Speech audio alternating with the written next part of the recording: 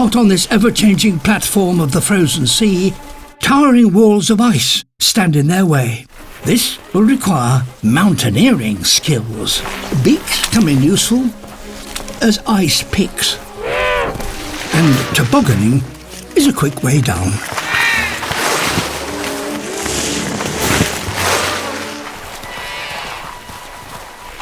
As they near the sea, the ice becomes more unstable. Even the smallest crack is met with suspicion.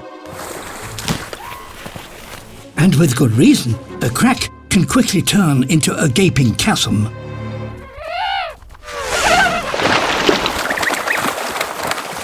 If they can't escape, the panicked chicks will be doomed.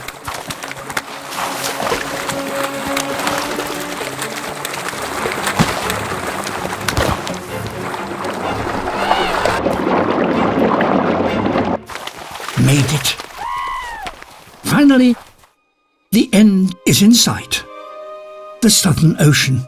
In some years, the sea ice is so unstable that none make it as far as this.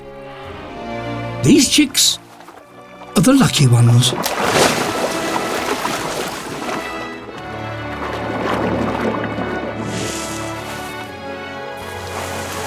Not the most graceful entry.